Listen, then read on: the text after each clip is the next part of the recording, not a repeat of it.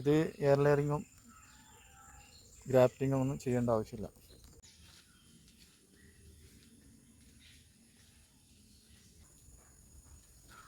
അപ്പോൾ ഇത് കണ്ടില്ല, ഇതാണ് ഇവിടുത്തെ അവസ്ഥ.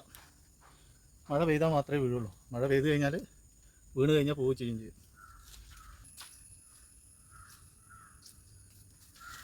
ജാതിയും ജാതിപത്രിയൊക്കെ ഒന്ന് പെറുക്കാൻ വേണ്ടി വന്നതാണ്. അപ്പോൾ ജാതിയെ ഒന്ന് പരിചയപ്പെടുത്താം എന്നും കരുതിയാണ് നമ്മളിപ്പോൾ ഈ വീഡിയോ ചെയ്യുന്നത്. അപ്പോൾ ഇത് ഉയർന്നു പോയിട്ടുള്ളൊരു മരമാണ്. അപ്പോൾ അതുകൊണ്ട് തന്നെ അതിൽ നിന്ന് താഴേന്ന് വീണാൽ മാത്രമേ നമുക്ക് കിട്ടുള്ളൂ. അപ്പോൾ ഇത് കണ്ടില്ല, ഇതാണ് ഇവിടുത്തെ അവസ്ഥ.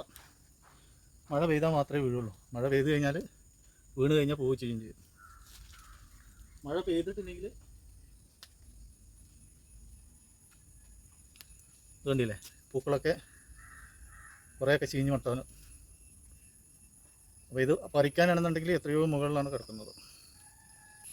നല്ലൊരു സുഗന്ധ കൃഷി തന്നെയാണ് ജാതിപത്രിയൊക്കെ. അപ്പോൾ അതൊക്കെ അതിൻ്റെ നിലവാരങ്ങളൊക്കെ ഇതുമായിട്ട് കൃഷി ചെയ്യുന്നവർക്കൊക്കെ അറിയാൻ കഴിയും. നല്ല വിലപിടിപ്പുള്ളതാണ് ജാതിപത്രിയും ജാതിക്കയും. രണ്ടും ഒട്ടും മോശമല്ല വിലയിൽ. വാണിജ്യാടിസ്ഥാനത്തിൽ ചെയ്യുന്നില്ലെങ്കിലും കുരുമുളകിനെ പോലെ തന്നെ നല്ലൊരു സുഗന്ധ മസാല ചേർക്കുന്ന ഒന്നാണ് ജാതിയും ജാതിപത്രിയൊക്കെ. അപ്പോൾ അതൊക്കെ ഒരു വീട്ടിലുള്ളത് നല്ലതാണ്. എല്ലാ കാര്യങ്ങൾക്കും ഉത്തമമാണ് ഇതൊക്കെ. ഇതിൻ്റെ പരിചരണം ഉഷ്ണകാലത്ത് നന്നായിട്ട് നനച്ചു കൊടുക്കണം, പുതയിട്ട് നനച്ചു കൊടുക്കണം, അത്ര തന്നെ.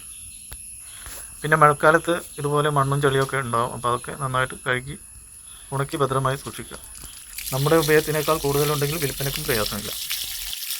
കൈ എത്തുന്ന സ്ഥലത്തുള്ളതൊക്കെ നമ്മൾ പറിച്ചെടുക്കും, തോട്ടി എത്തുന്നതൊക്കെ.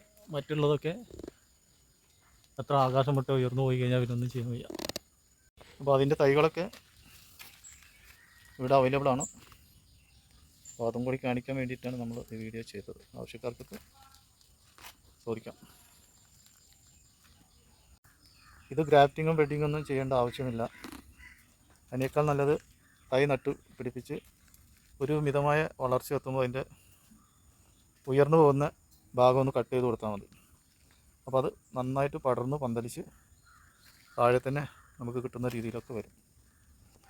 വല്ലാതെ ഉയർത്തി വിടാതെ ഇരുന്നാൽ നമുക്ക് കൈകൊണ്ടും തോട്ടിക്കൊണ്ടൊക്കെ പൊട്ടിച്ച് പൂവൊന്നും ഒരു കംപ്ലൈൻറ്റും ഇല്ലാതെ നമുക്ക് പറിച്ചെടുക്കാം, ഉണക്കിയെടുക്കാം. പൂവിനും കായക്കും വില തന്നെയാണ്. അപ്പോൾ ഒന്നും ഒഴിവാക്കാനില്ല. നമ്മൾ 2-3 തൈ കൊണ്ട് വെച്ച് നട്ട് കഴിഞ്ഞാൽ ഒരു വർഷം കൊണ്ട് ഇതേമാതിരിയൊക്കെ വളർന്നു വരും. ഇതിപ്പോൾ കൂടുതൽ കാനലുള്ള സ്ഥലത്തായതുകൊണ്ടാണ് ഇങ്ങനെ നിൽക്കുന്നത്. പിന്നെ നല്ല രീതിയിൽ വളപ്രയോഗം ചെയ്തിട്ടുണ്ടെങ്കിൽ നല്ല രീതിയിലുണ്ടാവും. നമ്മളെ ജാതിയിൽ നിന്ന് തൈ നട്ട് വെച്ചതൊക്കെ തന്നെയാണ് ഇത്. അപ്പോൾ ഇതൊക്കെ ഇപ്പോൾ അടുത്ത വർഷം പൂവിടാനായി. ഇപ്പോൾ നമ്മളിവിടെയൊക്കെ ഈ വായൊക്കെ റെഡിയാക്കിയതിന് ശേഷം അതിൽ നിന്ന് ഫ്രീ ആക്കി കൊടുത്താൽ നല്ല രീതിയിൽ വായ പിടിക്കും. ഇതിൻ്റെ പരിചരണ രീതിയും കൂടി പറഞ്ഞ് വീഡിയോ നമുക്ക് വൈൻഡപ്പ് ചെയ്യാം. ഇത് കൂടുതൽ വെയിലുള്ള സ്ഥലത്തൊന്നും പാടില്ല. നല്ലൊരു തണലുള്ള ഭാഗത്തൊക്കെയാണ്, വാഴക്കുടിൽ മറ്റുള്ള അങ്ങനെയുള്ള സ്ഥലത്താണ് ഇതൊക്കെ നന്നായിട്ട് വളരുക.